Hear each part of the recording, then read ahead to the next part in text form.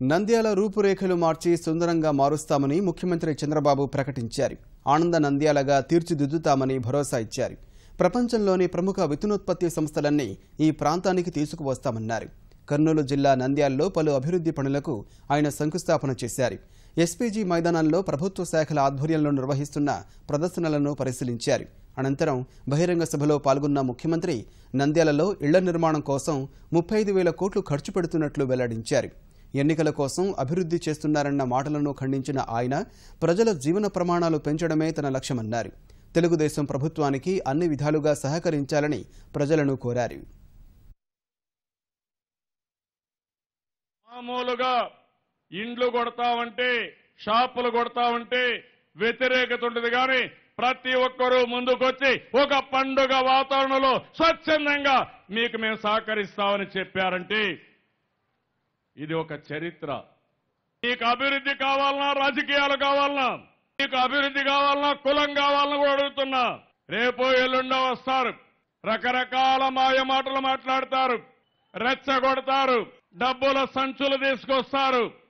నా బలం ప్రజాబలం, ఈ వైఎస్ఆర్ కాంగ్రెస్ బలం అవినీతి డబ్బుల బలం. ఆ బలాన్ని సాగనీయమని గట్టిగా చప్పట్లు కొట్టి మీరంతా హర్షానామాలు తెలియజేయాలి. చాలా మంది నాయకులు తెలుగుదేశం పార్టీలో చేరారు, ఒకే మాట చెప్పారు, ఈ రాష్ట్రం అభివృద్ధి అవుతా ఉంది, వైఎస్ఆర్ కాంగ్రెస్ నాయకులు అభివృద్ధిని అడ్డుకుంటున్నాడు.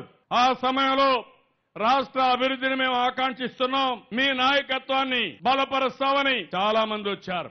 ఆ రోజుట్లో నాగిరెడ్డి గారు కూడా నన్ను అడిగింది, ఒకే మాట అడిగాడు, నంద్యాలలో చాలా సమస్యలున్నాయి, రోడ్లు వెడల్పుగా లేవు, ఎక్కడ చూసినా మురిక్కాలలు ఘోరంగా ఉన్నాయి, ఇండ్లు లేవు, ప్రజలు చాలా ఇబ్బందుల్లో ఉన్నారు, నాకు సహకరించమని నంద్యాలను అభివృద్ధి చేయమని బేషరతుగా వచ్చి పార్టీకి సహకరిస్తామని వచ్చారు.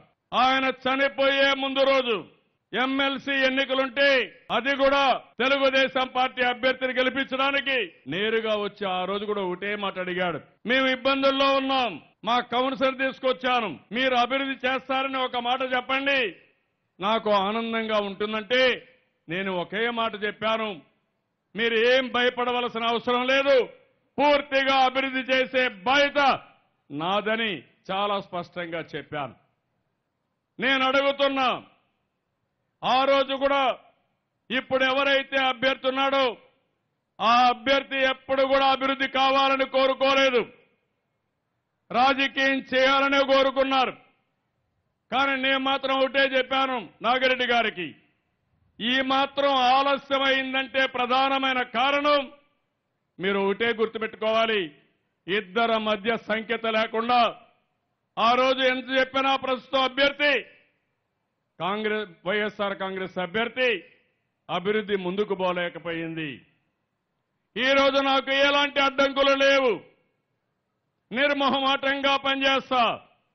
నంద్యాలను ఎవ్వరు అడ్డుకున్నా ఈ నంద్యాల ఒక బ్రహ్మాండమైన సుందరమైన నగరంగా తయారు చేసే వరకు అవసరమైతే ఎన్నిసార్లైనా వస్తా.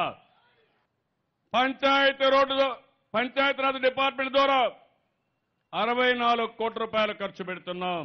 నంద్యాలకి డ్రింకింగ్ వాటర్ తేవడానికి 78 కోట్ల రూపాయలు, రూరల్ ఏరియాలో డ్రింకింగ్ వాటర్ కానీ, నంద్యాల పూర్తిగా టౌన్ కంతా డ్రింకింగ్ వాటర్ కానీ ఇక్కడ తీసుకొచ్చే బాధ్యత తీసుకున్నాం.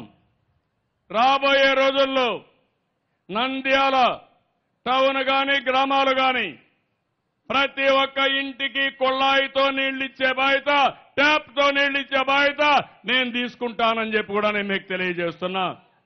మినరల్ వాటర్ కూడా 2 రూపాయలకి 20 లీటర్లు ఇస్తాం.